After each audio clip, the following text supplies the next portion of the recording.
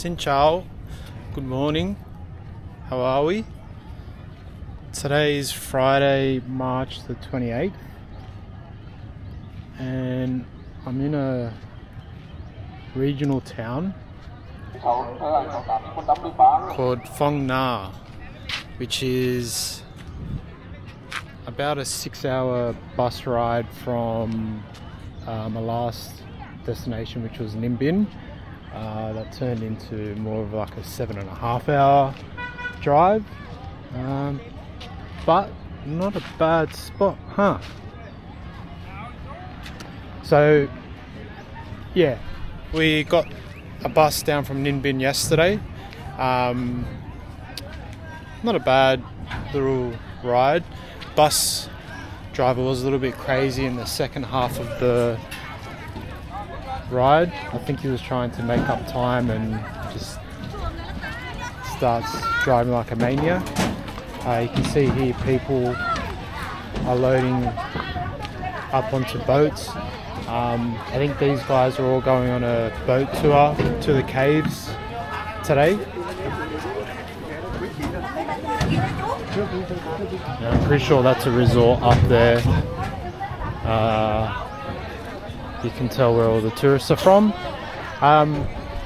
Yeah, so Phong Nha is a rural town.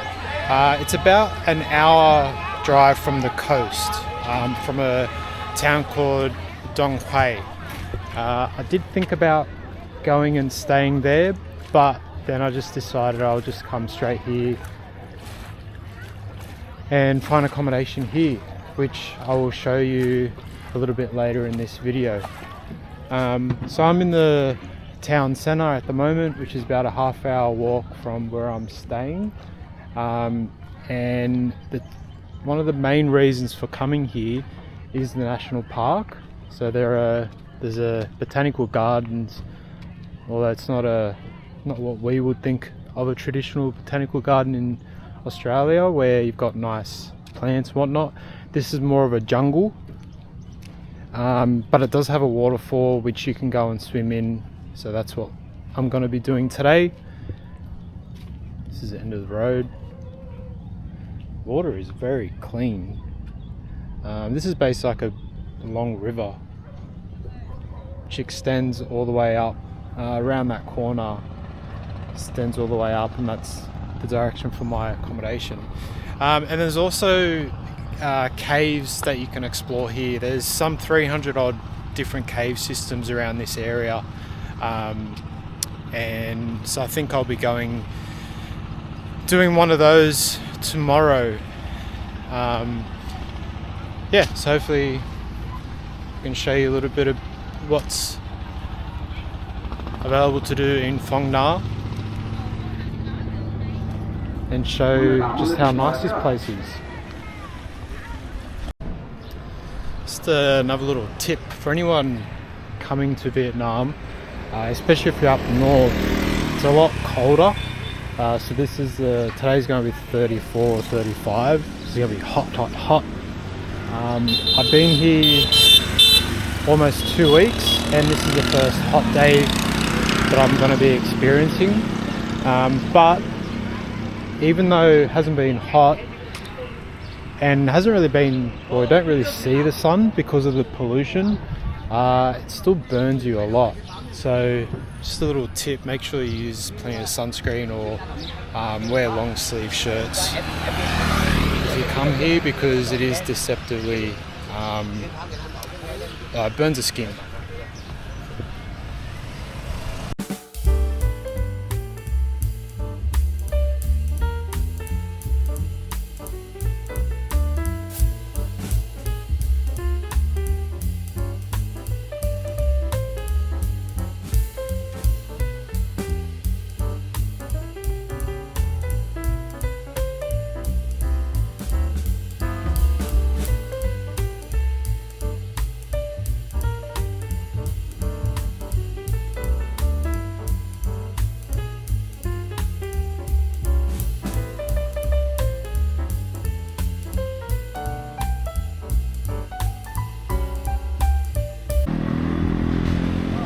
I saw on There's I think an Australian YouTuber's video vlog. In Southeast Asia they sell these drinks called Pocari Sweat. Apparently it's got electrolytes in it.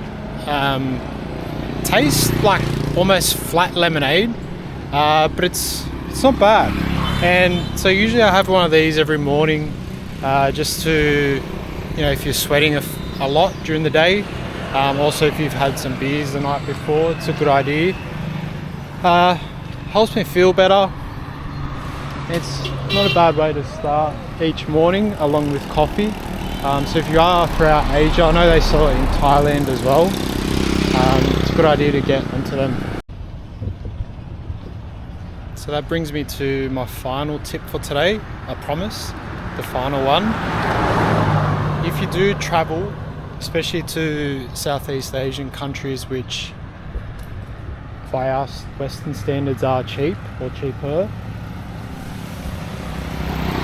try to eat out at local restaurants, especially in these smaller towns and villages. They do tend to be more family run businesses. You'll notice that it's just a little apartment building or almost like a shed. That's where they live, and then they operate out the front of that. You'll see that they're cooking the food out on the street, little tables set up. Chairs are tiny, which aren't so good for us taller people. But it's quite sad to see in these little towns all these local businesses which have barely anyone in them, and then you walk up the street and a bunch of restaurants which are made for Westerners, for tourism, they're all full with people eating in them. Support the local businesses. The food will be nicer,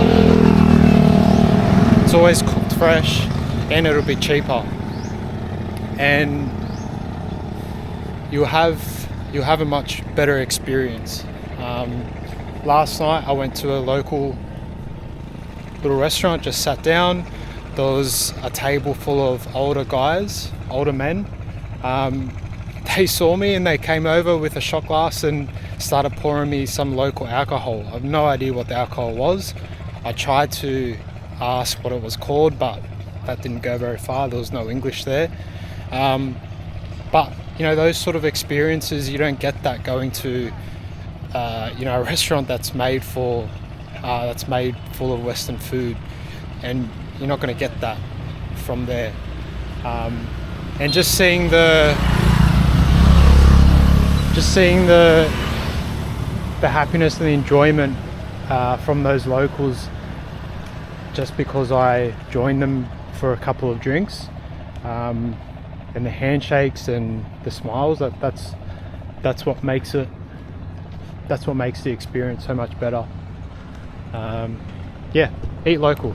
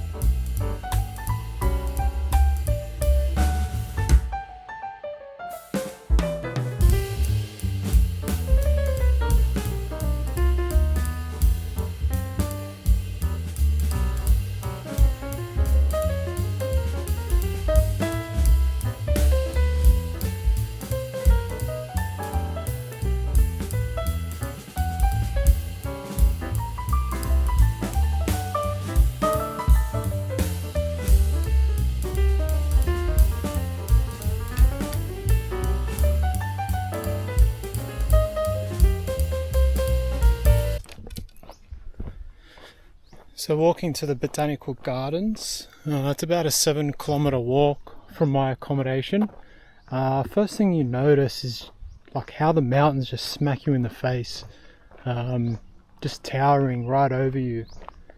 Pretty nice scenery out here, you see one or two houses along the way. Very much reminds me of Serbia, like out in the towns. Obviously no jungle out there, but just how basic the housing is. And you see little kids just riding on their bikes. Not sure why they're not at school. And then you see the odd person on a motorbike or a car going down these roads. Yeah, pretty nice scenery. Oh, and listening to the Ivan Cleary audiobook for any people back in Australia or the UK. Yeah, it's a Penrith Panthers head coach in rugby league, and it just goes through his journey as a coach, focusing on the Penrith Panthers, which, as some of my friends would know, are a team I do not like, but so far the audiobook is really interesting, listening to it, and him talking about the mental side of coaching and how he changed the culture at the club. Yeah, really interesting.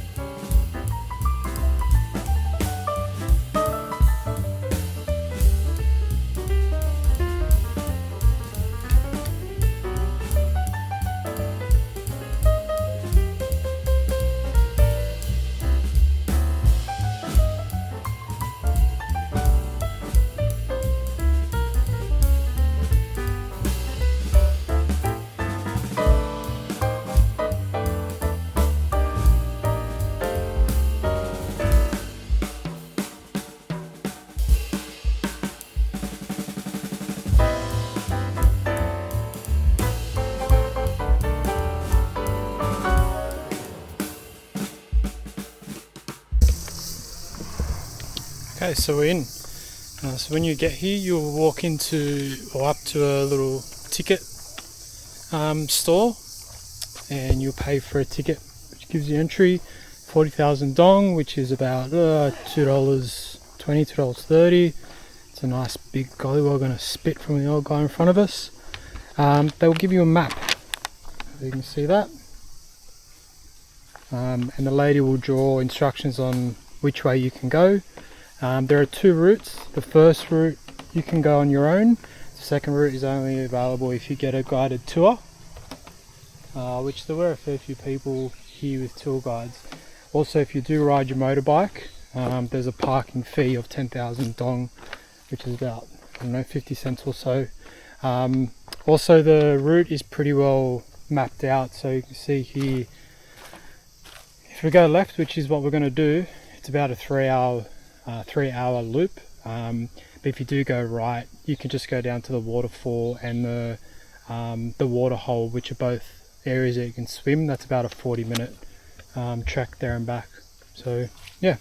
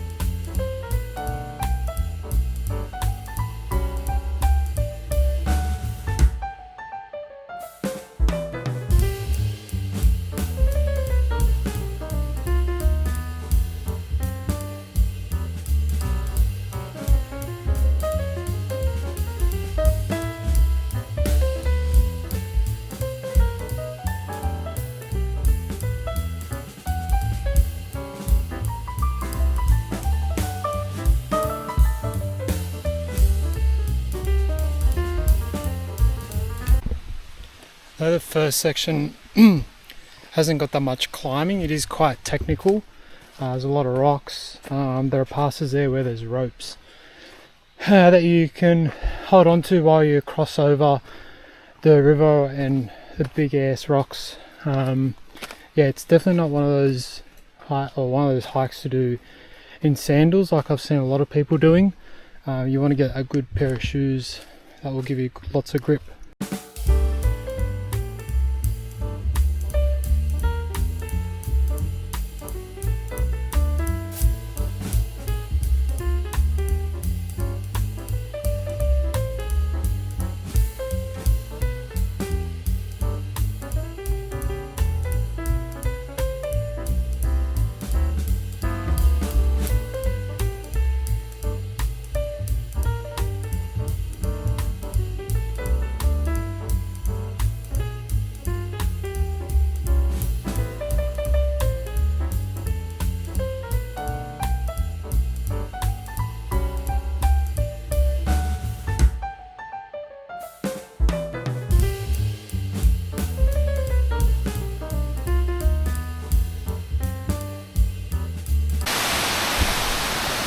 So I've walked up to the top of the waterfall.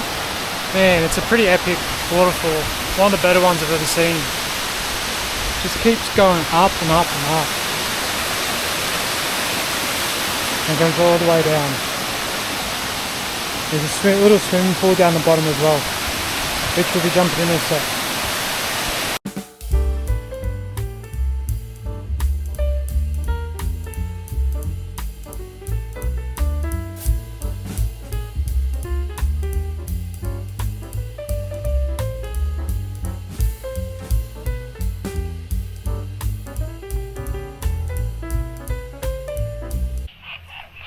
Not sure if you can hear that. It sounds like frogs.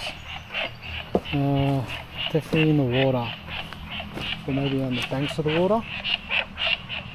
If you think you know, comment.